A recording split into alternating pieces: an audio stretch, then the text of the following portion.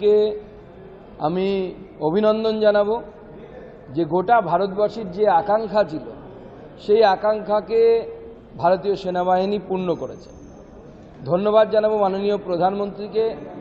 মাননীয় প্রধানমন্ত্রী শ্রী নরেন্দ্র মোদী সেনাবাহিনীকে, যাকে হিন্দিতে বলে খোলা ছুট অর্থাৎ ফ্রি হ্যান্ড দিয়েছিলেন, এবং সেই ফ্রি হ্যান্ডকে ব্যবহার করে ভারতীয় সেনাবাহিনী উপযুক্ত জবাব দিয়েছে, সন্ত্রাসবাদের কোমর ভেঙে দিয়েছে।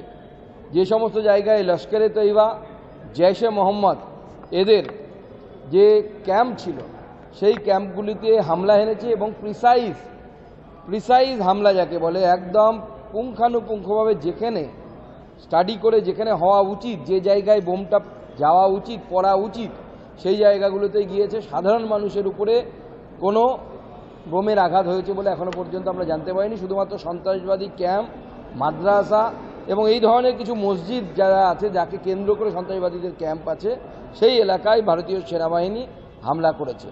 এই জন্য ভারতীয় সেনাবাহিনীকে, মাননীয় প্রধানমন্ত্রী নরেন্দ্র মোদীকে, ভারতের মাননীয় মন্ত্রী রাজনাথ সিং সহ কেন্দ্রীয় মন্ত্রিসভার সকলকে অসংখ্য ধন্যবাদ জানাচ্ছি। দেশের বিভিন্ন প্রান্তে মানুষ আনন্দ উৎসব পালন করতে শুরু করেছে, এবং সবথেকে সিগনিফিক্যান্ট আমার লেগেছে যে এই অপারেশনের নাম দেওয়া হয়েছে সিঁদুর, বা হিন্দিতে যাকে সিন্দুর বলা হয়।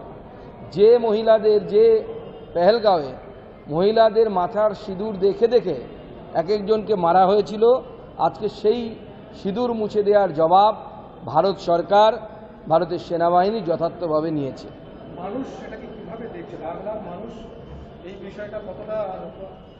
দেখুন, বাংলার মানুষ অত্যন্ত আনন্দিত। আপনারা দেখতেও পেয়েছেন, বিভিন্ন জায়গায় মানুষ তেরঙ্গা নিয়ে নেমেছে, কোথাও মিষ্টি বিতরণ হয়েছে।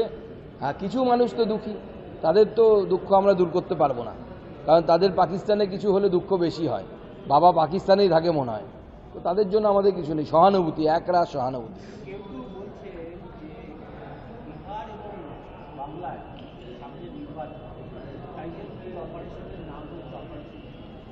দেখুন, প্রথম কথা হচ্ছে যে ভারতবর্ষে প্রতি বছর নির্বাচন হয়, সেই জন্য তো বিজেপি বলছে এক দেশ এক ভোট আনুন না, তাহলে এই সমস্ত ইস্যু কমে যাবে। আপনারাই তো প্রতি বছর ভোট চাইছেন, বিজেপি তো চাইছে না। বিজেপি চাইছে লোকসভা এবং বিধানসভা সব একসাথে হোক। আজকে সাংগঠনিক বৈঠক অ্যাজ ইউজুয়াল প্রত্যেক 1 মাস 2 মাস অন্তর অন্তর হয়, আপনারা জানেন, সেই বৈঠক হবে। বলছি, দেশে যখন এরকম একটা বড় প্রত্যাঘাত করলো দেশ, ভারত বলেছিল যে 48 ঘন্টা, ঘটনা ঘটে যাওয়ার 48 ঘন্টার মধ্যে যত পাকিস্তানি এবং বাংলাদেশি আছে ডিপোর্ট করবে। পশ্চিমবঙ্গের ভূমিকা কি দেখেছেন? পশ্চিমবঙ্গের ভূমিকা নেই সেইভাবে। এখনো পর্যন্ত একজনের খবর আমরা পেয়েছি, রাজ্য সরকার প্রেস কনফারেন্স করে বা প্রেস বিবৃতি দিয়ে, পশ্চিমবঙ্গ পুলিশও জানায়নি বা রাজ্য সরকারও জানায়নি কতজন পাকিস্তানি আছে, কতজনকে ডিপোর্ট করেছে তারা, বা চিহ্নিতকরণ করেছে। সেজন্য আমরা অবস্থান বিক্ষোভ করেছি, প্রতিটি সরকারি জেলায় ডিএম অফিসের সামনে অবস্থান বিক্ষোভ করেছি যে খোঁজো, ধরো, ফেরত পাঠাও। আমাদের বক্তব্য এটা। না, এখানে অবশ্যই আছে। মাননীয় মুখ্যমন্ত্রীর ভোট ব্যাংকের ব্যাপার আছে না, উনি ভোট ব্যাংক দেখে দেখে সমস্ত কিছু করেন। আপনারা তো দেখলেন মাননীয় মুখ্যমন্ত্রী যেভাবে মুর্শিদাবাদ নিয়ে আত্মসমর্পণ করলেন দাঙ্গাকারীদের কাছে, এবং বিএসএফ গুলি চালিয়ে হিন্দুদের প্রাণ বাঁচিয়েছে, এটাতে উনি যৎপর নাই অখুশি, অত্যন্ত অ্যাংরি। উনি চাইছিলেন দাঙ্গাটা হোক, আরও কিছু হিন্দুর ঘর বাড়ি ভাঙুক, হিন্দুর মা বোনেদের ইজ্জত লুট হোক, বিএসএফ চুপচাপ দাঁড়িয়ে থাকুক, তার পুলিশের মতোই আর কি, তার পুলিশ যেরকম চুপচাপ দাঁড়িয়ে থাকে। মাননীয় মুখ্যমন্ত্রী এই জন্য খুব রাগ বিএসএফের উপরে, কেন বিএসএফ দাঙ্গা বন্ধ করেছে।